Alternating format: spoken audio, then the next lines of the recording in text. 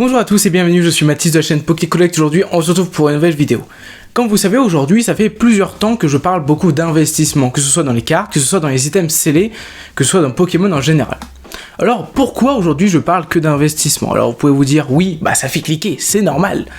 Oui, c'est vrai que ça fait cliquer, mais pourquoi ça fait cliquer? Parce qu'aujourd'hui Pokémon, on assimile toujours à l'investissement. On comprend, certaines personnes ne comprennent pas qu'est-ce que réellement l'investissement, et c'est dans cette vidéo où je vais vous expliquer qu'est-ce que réellement l'investissement dans Pokémon, comment bien investir, comment bien faire de bons choix pour commencer sa collection Pokémon et faire de l'investissement dans Pokémon. En tout cas, si cette vidéo vous plaît, n'hésitez pas à liker, à commenter, à vous abonner à ma chaîne YouTube pour ne rien louper aux prochaines vidéos qui vont sortir. Et moi je vous dis bon visionnage.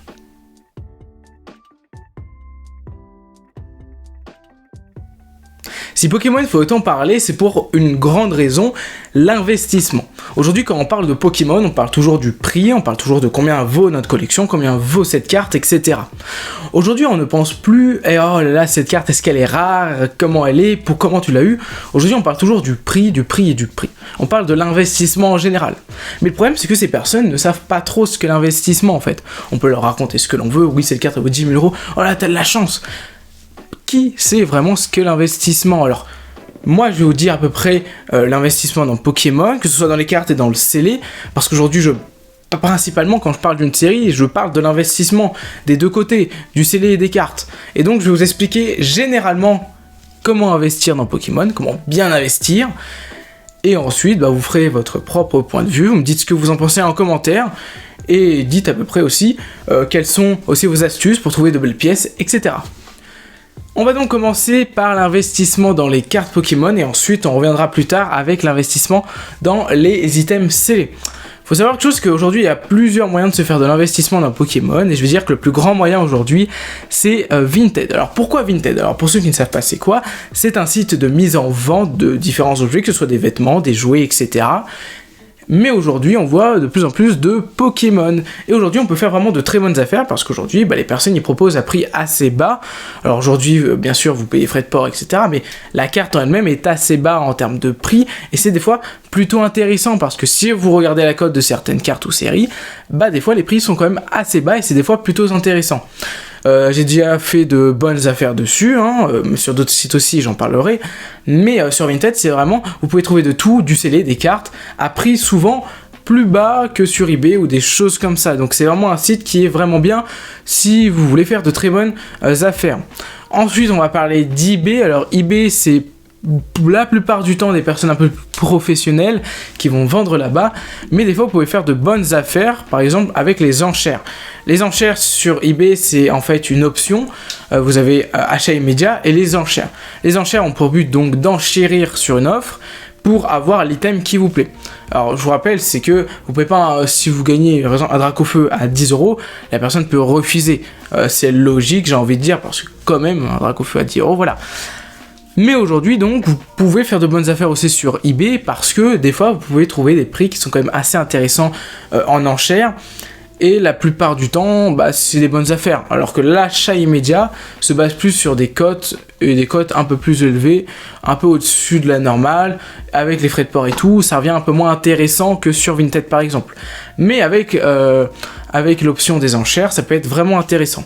Ensuite, il va y avoir les groupes Facebook. Alors les groupes Facebook, il en existe plusieurs, les groupes de vente, mais aujourd'hui, vous pouvez faire de très bonnes affaires. Alors, vous pouvez négocier les prix, vous pouvez aussi faire des échanges sur Facebook, mais vous pouvez aussi trouver de très bonnes affaires avec des personnes qui vendent les cartes à prix bas. Il y en a qui font même des promotions entre guillemets, parce que c'est des vendeurs pros, mais ça peut être très intéressant. Pareil, là vous avez du scellé, etc.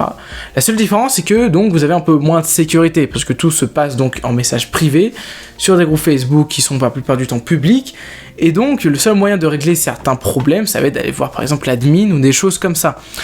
C'est pour ça qu'aujourd'hui Facebook, on peut faire de très bonnes affaires dessus, par contre en termes de sécurité, c'est un peu moins sécurisé que sur Vinted ou sur eBay par exemple. Donc ça c'est la plupart des choses intéressantes au niveau des cartes à faire.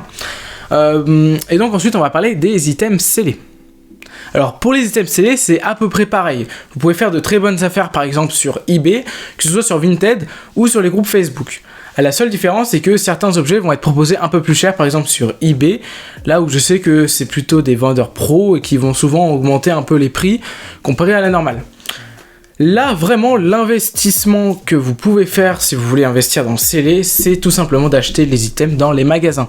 La plupart des magasins, normalement, doivent vendre au prix de base et donc ne pas se faire vraiment de marge. Alors, je sais que pour Kingsway, il y a des marges dessus, mais c'est des marges qui sont un peu moins importantes. Mais de toute façon, la chose qu'il faut faire si vous voulez investir dans le scellé, c'est d'acheter en magasin. C'est une valeur sûre. Déjà, vous êtes sûr qu'il y a la garantie d'avoir votre coffret, que c'est un vrai coffret, mais surtout que vous êtes garanti qu'il n'y a pas de frais de port, il est vendu au prix normal, donc là, en fait, vous pouvez être sûr qu'il ne baissera pas de prix. S'il baisse de prix, il est au prix que vous l'avez acheté, donc en fait, au final, ça revient au même. Donc, en fait, c'est plutôt intéressant d'acheter les items en magasin. Alors, là où le principal défaut, on va dire, c'est que vous n'êtes pas sûr qu'il y a ce que vous cherchez. Surtout que vous n'êtes pas sûr en fait s'il y a en stock ou des choses comme ça.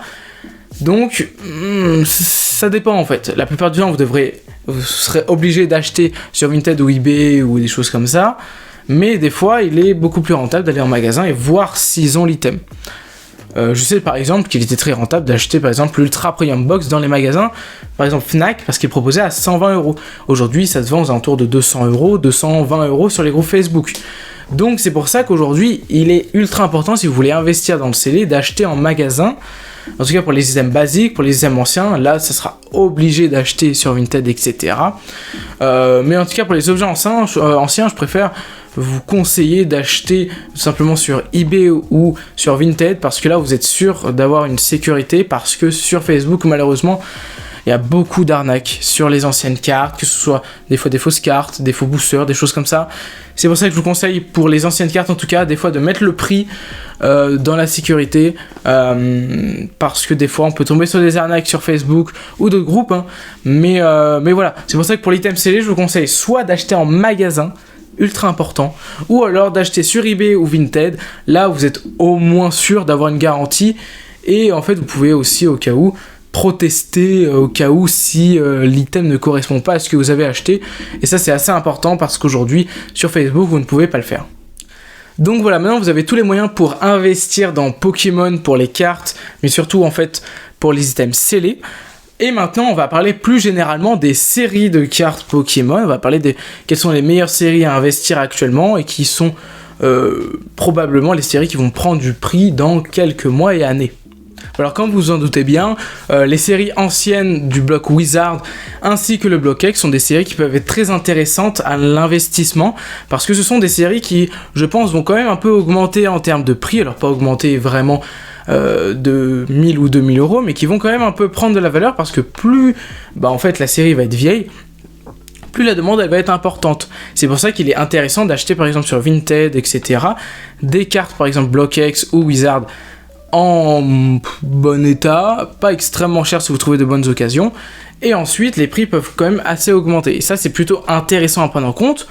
Alors il y a des séries un peu moins intéressantes, j'aurais dit par exemple Jungle, qui est pour moi pas une série ultra intéressante, Aquapolis aussi, mais c'est des séries qui aujourd'hui valent un peu d'argent, donc si vous êtes juste là pour l'investissement et pas pour la collection, là c'est intéressant d'acheter tout le bloc Wizard, tout le bloc X, etc., toutes les cartes en tout cas du bloc X.